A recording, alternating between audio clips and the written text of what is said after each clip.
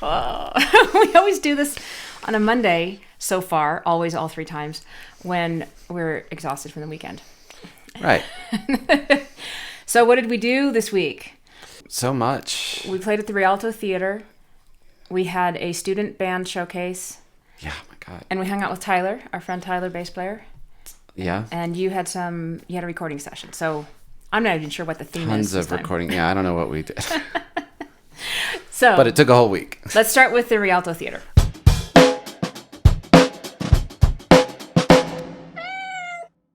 So yeah, with the tribute, the Petty Nicks, we played at the Rialto Theater up in Loveland. Really lovely theater. I stunk.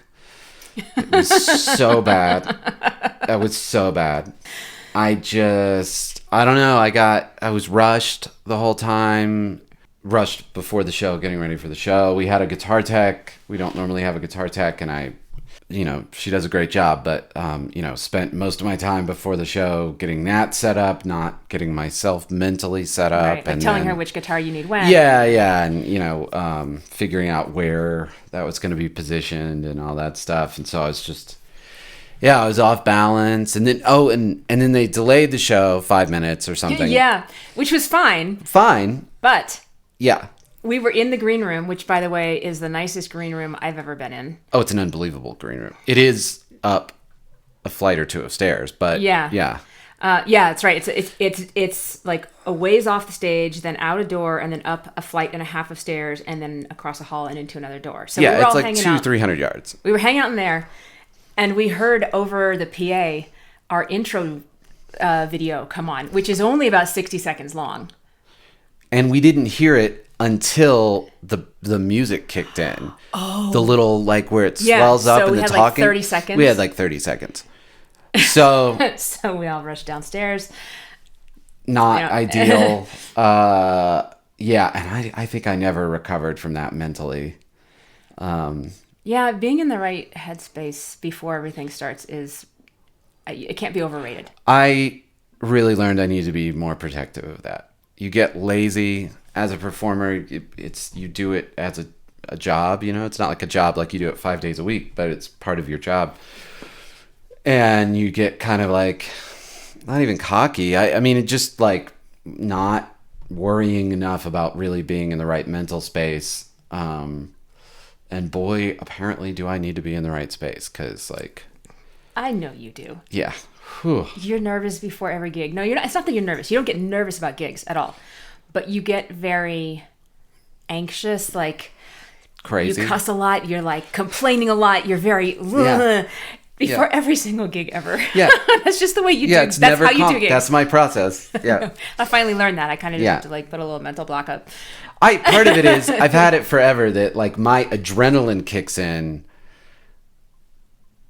I don't want to hit the stage and then get my adrenaline going. So I have over the years just conditioned myself so my adrenaline kicks in for a good 5 or 10 minutes before we go on. And having all that adrenaline with nowhere for that energy to go is it's a terrible feeling, and I curse. And it's really fun to be around. Yeah, I'm sure it's very pleasant. And I'm sure I seem super cool and chill. But the show overall, aside from how you feel about it, the show was spectacular. Spectacular audience. Oh my gosh. Okay, so first of all, it was about sold out. I mean, there were only a handful of individual seats that weren't... Oh, I didn't even know, yeah. Yeah, there were no pairs of seats left. There were 10 individual seats across the balcony plus the floor. Wow. So hardly anything left. And it started selling a good month in advance. I mean, this one sold early. So, full house, an audience that, warm audience. I mean, talk about it's the first time we've played there, but certain songs we finished, I've never had such long, crazy applause after. Right. What was it? Rhiannon? Rhiannon was that was not going to stop. You had to cut it off. I kept walking up to the mic and kind of Yeah, I was okay, seriously, guys, we have to keep going. So it was a longer show, a little too long for my taste. Another thing that was odd is it was a seated show.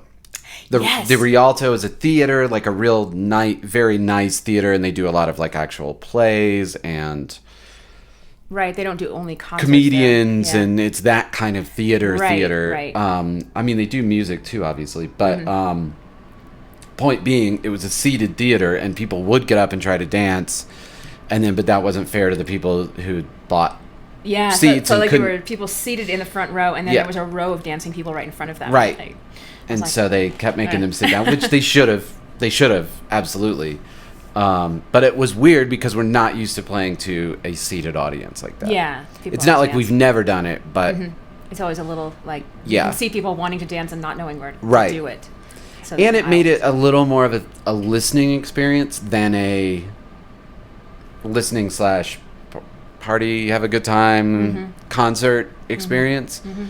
So I know that was hard for me because a lot of times I wasn't feeling the response from the crowd while stuff was happening. For example, and it was really cool, but you do that pause in Landslide.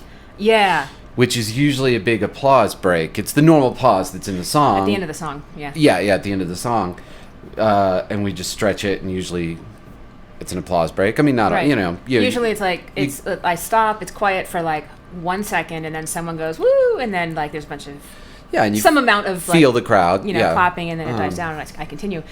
This was the first time ever that I stopped there, and it was a pin drop. Unbelievably quiet. I think I waited 5 or 6 seconds. It was completely silent, and then I picked it back up. It was such a delicious moment. It was. Loved it. That's great that you felt that way, because I was like losing my mind. Because I was like, really? well, like a dead silence like that. It's like you're balanced on the head of a pit.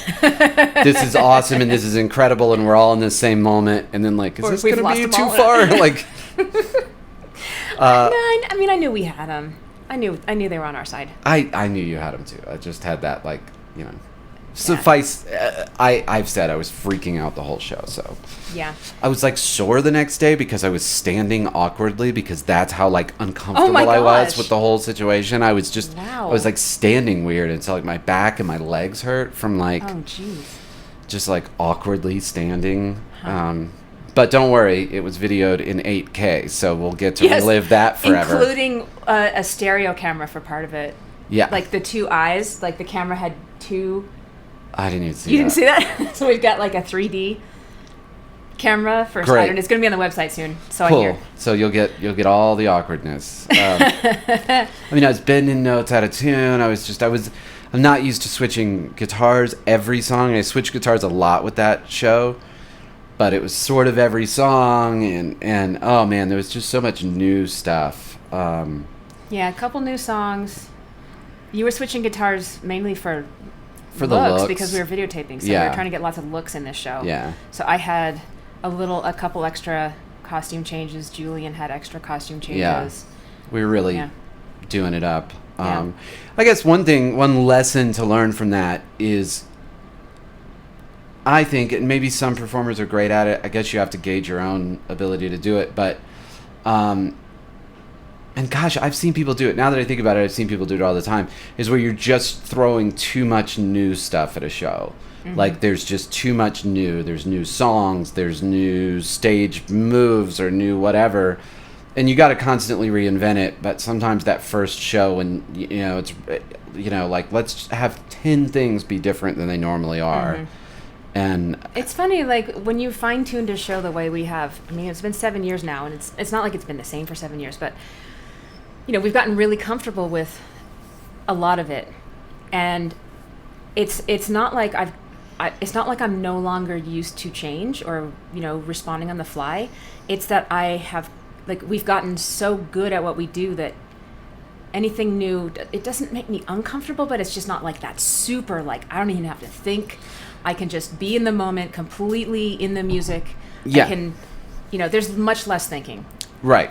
And, well, but I mean, I was in a much better place than you were at this show. Yeah, I definitely. I had 2 new songs. No, 1 new song. But it wasn't hard. And the rest of the time, I mean, my voice was on. I felt really good about my voice. You sounded great. You sounded really great. Cool. Yeah.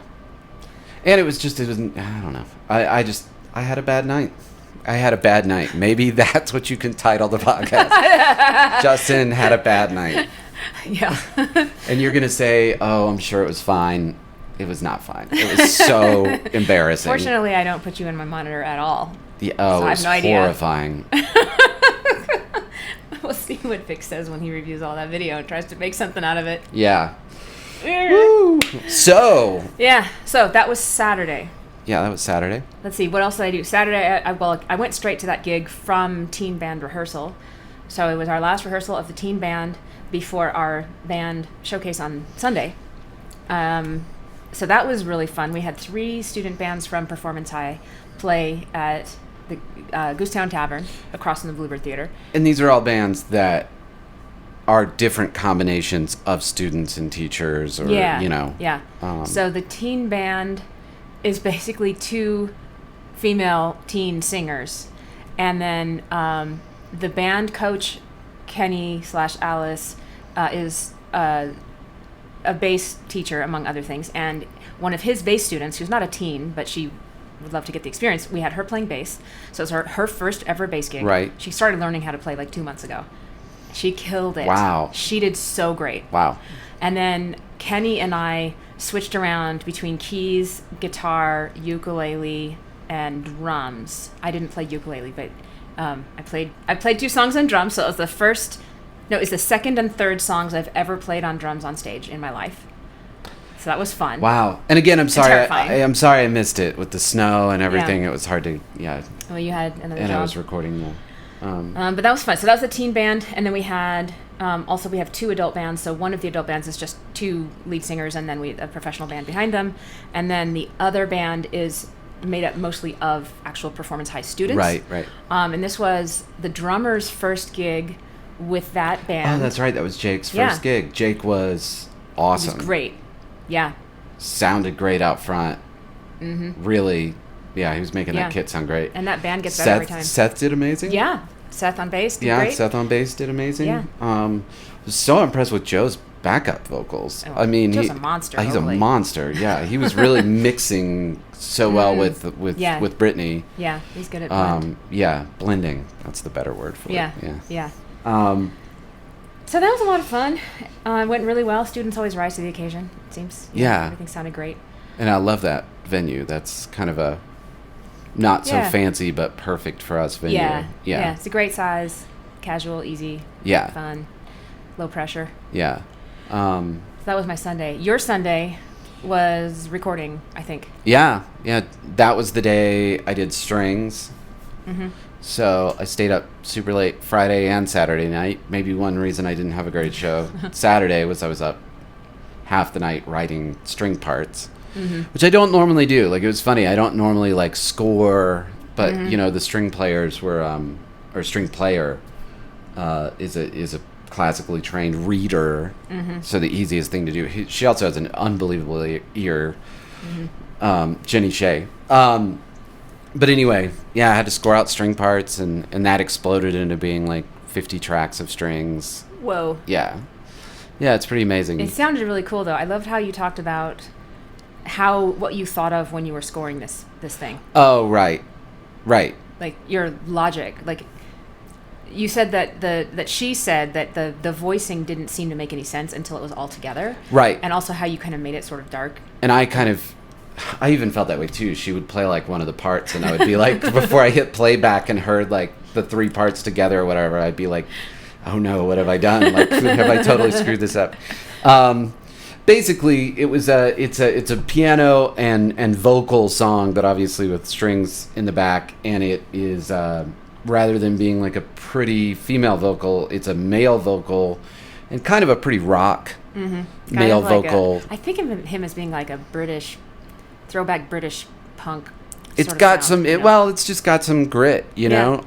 And so I just tried to keep the harmonies really like kind of more of a Celtic sound, like a tougher sound, to mix with a tougher sounding male voice. Even though the song sung by a female could wind up sounding very sweet, but I just wanted it to be more Braveheart than Frozen.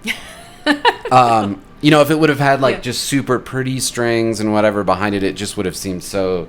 And it worked out. It's Cool. But like I said, I got 50 tracks of strings to go together, like At least you're not like Kurtzwig. Yeah, right. Yeah. I'm close on this one. I'm very close. Lots of edits. Yeah, it's we pretty should probably clarify that context.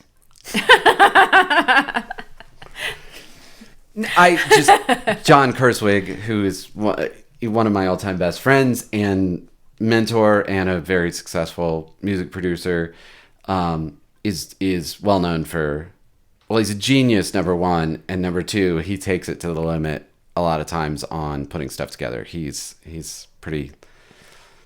patience for putting stuff together is the number of takes, the number of tracks, the number of like how long he's willing to push performers. Even the number of pieces of gear he will buy, right? He's the guy who will buy 10 identical pieces of gear and test them all and then return 9 of them. So he has the best one. He has the best one out of 10. And he's not wrong. They're different. You would think a microphone is a microphone, but like one of those 10 is the best one. So I didn't get that crazy, but it's really interesting because you can, with strings, you can have, you play the part 4 times or 6 times, or one of the parts is like 8 passes. But then you put it all together and it sounds like 24 string players, but it's just one string player. It's just layered over each other. So that was a lot of my weekend. Mm-hmm. That song's getting close to done, which is going to be amazing. Lots of lessons learned there. Any lessons you want to talk about on that one? No. Okay. No. Gosh, it seems like such a busy week. Oh, hanging out with Tyler. We don't get to do that. Yeah, our friend Tyler Morse. I never know which for last name he prefers to go by. Yeah. I think on Facebook he's Tyler William.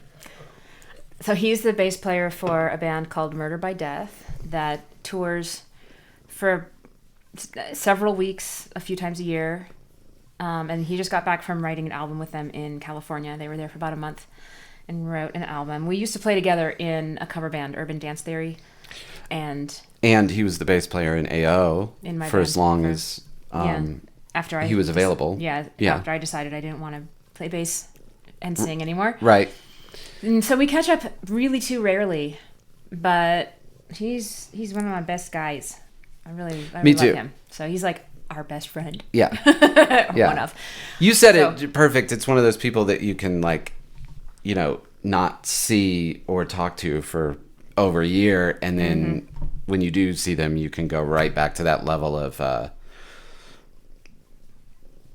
openness. Honesty. There's kind of no not a lot of small talk with Tyler. We tend to talk about serious stuff, which is fun. What a monster bass player and great guy. Like he's one of those people, and this is not always true, but there are people like who they are as a person and being like a really great person is part of why they're really good at their instrument or craft. Like that they go hand in hand. And like I said, that's not always true. Sometimes there's people who are great people, but like that doesn't have anything to do with their playing. There's people who are amazing players and they're kind of jerks. Which is actually pretty rare. Like, don't get me wrong, that's not very common. But he's one of those people that it's just like it's all part of the same thing. Well, there's a huge sense of like honesty and personal responsibility with him. That's good. And when you're responsible for your job or your role, you prepare for it, and you maybe prepare 2 or 3 different ways, or it's not just like doing the bare minimum. Like he does the work. He does the drills. He expands his palette beyond what's necessary just for the songs he's playing. He just he is a great bass player, and he's worked hard to become that. And it's like this discipline that he has, and a real sense of just authenticity and honesty in how he lives life and communicates with people. Yeah. It's one of the reasons I love to talk to him. Yeah, absolutely. And you mentioned like that's one of the things that when we originally were I guess hired him into the cover band we were in, or we were agitating for Tyler. We auditioned, I don't know, 10 people. I forget. I think it was something like that. And Tyler was clearly the guy. He was young and green, and other people had other things more worked out. Mainly because they were older, but or maybe they were like they could slap more. They were they're busy shreddy or whatever. But that guy does his homework. He was the only one that got one of these songs right. There was like some kind of Latin-y feel for one song that had a specific, simple but specific bass line, and he was the only one who learned it right.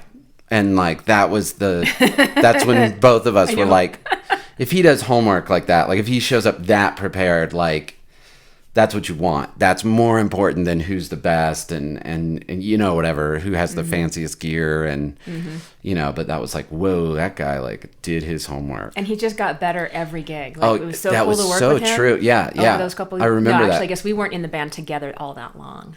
No, and we have felt that. We will probably be apologizing for that tomorrow. Yeah. We didn't know how much longer we were going to be in the band. You never know, like when you start getting near the end of your time with a situation, you like a breakup of any sort. You don't know when you're going to finally kind of find yourself over the edge. Or, is it going to find, Or is it going to be okay for another, it could have been another couple years, who knows? Yeah. But somehow we got to the point where we were just ready to be done. And I think it happened only 3 months after he joined the band or something really short. I felt And horrible. Unfortunately, it was like on the same, it wasn't like the same day, but I think it was the same week or same weekend, or like, I forget which one of us was like. We quit at the same time. Yeah. It was the same meeting. No, I know it was, but that's what I mean is like we came to the decision? We both came to the decision separately, but it was like just happened to be the same time window, so it wasn't like but then that's one of those things, it's one of those issues you can talk about is like and I've seen people do great jobs and I've seen people do not great jobs, but like when you do either need or want to leave a project, especially if it's a project that's making people money, you do owe people some thought about how you get out. Yeah. And that's one of the reasons we coordinated getting out, was it like makes way more sense to I don't know if you remember that part, but it made way more sense to be like, well, this is the reboot moment, like this rather is the than reboot having to do moment, it twice. Rather than having to do it twice. Like you've just gotta now you can just go ahead and knock it out with one, rather than me quitting and you got to find a new guitar player and then learn all the songs with them again, and then Adrienne moves on in 2 or 3 months and you got to then you can just onboard it. And I think even the guitar player I replaced in that band did a really great job of when he was deciding to leave and I came in. I don't think it's necessary to take the responsibility to find your own replacement, but in this case he was willing to take on that. And that's just a really that's a really cool thing, but it's worth thinking about when you do need to leave. You don't want to burn any bridges. I mean, it's hard enough to leave people that you've been playing with, but every relationship I've ever had end, with one exception that was a band relationship in the past, every relationship has ended on a good note. So I mean, you can definitely end employment and you can end romantic relationships and you can end band relationships on positive notes. I think just with communication and respect and thinking about what you're leaving for the people behind to pick up and helping them like have a smooth transition to whatever's next. And that brings up a point too, which I've said all the time, and I don't know how much I've thought the whole thing through, but I've said several times where the only big regrets I have career-wise or whatever are related to loyalty. Like are times that I stuck with things longer than I should have. Whether I knew I wasn't the right person for the job, but I was afraid to let anybody down, or I knew that the situation wasn't right for me, or it just was. And we even had a conversation last weekend with the No Address guys. Oh yeah. And we were like talking, over drinks, like after you went home, and we were kind of going around the table and being like, "What's your like biggest regret from the whole thing?" Oh really? Yeah. And mine, hear this. and mine was that I didn't quit earlier. in hindsight, the thing I regret most was not giving up earlier. That's a really interesting thing to say. Yeah. In a culture of never quit, never give up. Right. And, it would have just been much better for me. It would have been better for my career. It would have been better for the other people involved that I was not stringing along, but allowing the whole thing to string along. Because you wouldn't have gone on that 4-year slow motion plane crash. It might have been a 2-year descent, and then you could pick something up. Right.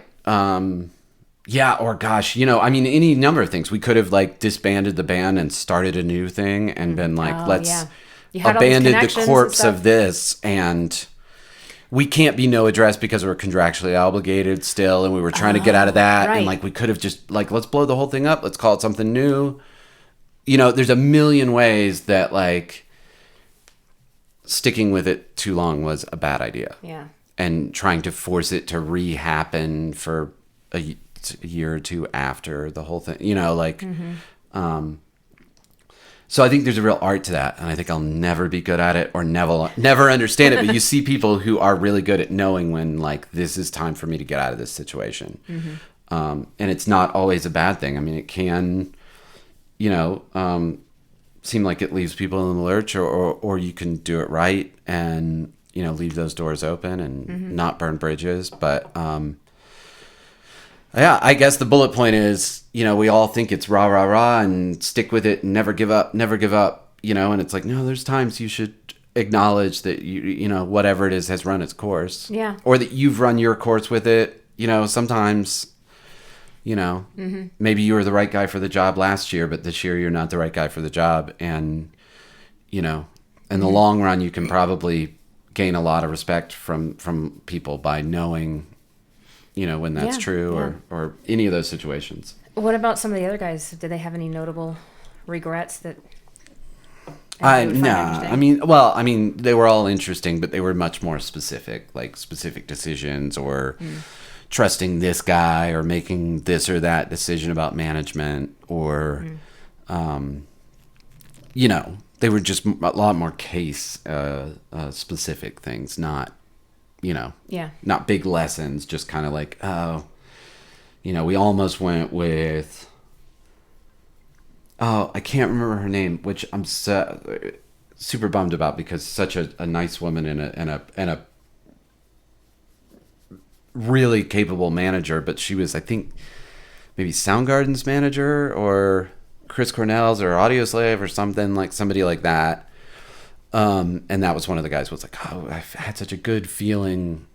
I wish we would have seen what would happen if we had gone that way. Not that I have anything bad to say about McGathy and Vinny and all the guys. They were great, but those are so case specific. There's no lesson there. It's just right. We were choosing between 3 or 4 people. And you go, what if we'd gone the other way? Yeah. I will say, though, one thing I did say other than the first thing was I regret that I made up my mind about Atlantic so quickly and over such a dumb reason. I don't know if it's still this way because I haven't been there in years and years, but you used to walk into the office they were at 30 Rockefeller Center was where the offices were, and you'd walk in and whatever the lobby or whatever, and they had all these records on the walls and these Diamond Awards, which Diamond is when a record goes sells 10 million copies. You're platinum if you sell one, it's Diamond if it sells 10 million. But they had AC/DC's Back in Black and Led Zeppelin 4 and Aretha was on that label, and Otis Redding was on that label, and I sort of saw it all in one place, and I was no, this is where we're gonna be. I need to be on this label. And I regret, in hindsight, sort of not making that decision in a more business-minded way. It was just yeah, I want to be on Led Zeppelin's label. Did you have other labels that were interested in you? I mean, yeah, they were the first ones to put a real, here is a contract. But it wouldn't have mattered if someone else did, because I made up my mind when I saw Led Zeppelin 4 on the wall. And I was like, yeah, no, this is what we're doing. And looking back, that's so dumb. I mean, it's, you know, being a relative kid and overawed by something like that is very natural. But at the same time, looking back, it's like, yeah. So why do you regret going with Atlantic? Oh, I think there were just probably, I loved being there. Loved being there. It's a road less traveled thing. You know, who knows what could have gone on if we went a different direction or, you know, whatever. There's nothing specific. Oh, okay. I mean, that I regret is sort of like making up my mind, and I listened to all the other things and was still pretending like I was weighing the options carefully, but I'd already made up my mind. You know what I mean? Like, it was like one of those things where it was like, I was just like, no, this is what we're doing. This is what we're doing. And maybe that even closed some other doors. I mean, maybe people sensed a kind of, you know, not that interested in, because, you know, we've maybe, not that the decision was 100% mine or anything, but for my vote, I had very much made up my mind and, you know, anyway. That's pretty much our week, more or less. Some lessons. Recording. What did I do on Friday night? Nothing? Almost done with Jonathan's record. Oh, I spent a lot of the week doing backup vocals for Jonathan's record. Oh, yeah. This week is, Pamela Makala rehearsal resumes this Thursday, so I need to review her stuff on bass. Yep. And I'm really far behind on my cover project. Really far. Yes, we needed to talk about that. Yeah. I have 8 songs left. I haven't done one in like 2 weeks now. Right. And the pace was supposed to be a song every 5 days. I got behind with Hysteria, so I think I'm like 3 weeks behind. So I've got to do a song like every 3 or 4 days for the next month. Right. To catch up. So I can't be doing like full productions for the rest of these. I just want to get these done and move on to writing original material and re-recording some of our old stuff that we love. Yeah, right. We're starting to feel a little inspired for Adrienne O, the band. Now she wants attention again. Yeah, so anyway. someone might be done with podcast. Yeah. Well, this is a longer one than we've done. 33, 34 minutes. Might have to do some editing. Whatever. We're just doing it. Yeah. We're just hanging out. Yeah, I know. All right, well, thanks for tuning in, those of you guys who are. We're honestly surprised. So many people seem to be listening. It's pretty amazing. So many, like 6 or 7. I know. I looked last week. We had like 20 people listened. Whoa. Way more than I thought. Oh, my gosh. Remember, our goal was 2, so. All right, well, that wraps it up for this week. Thank you guys again.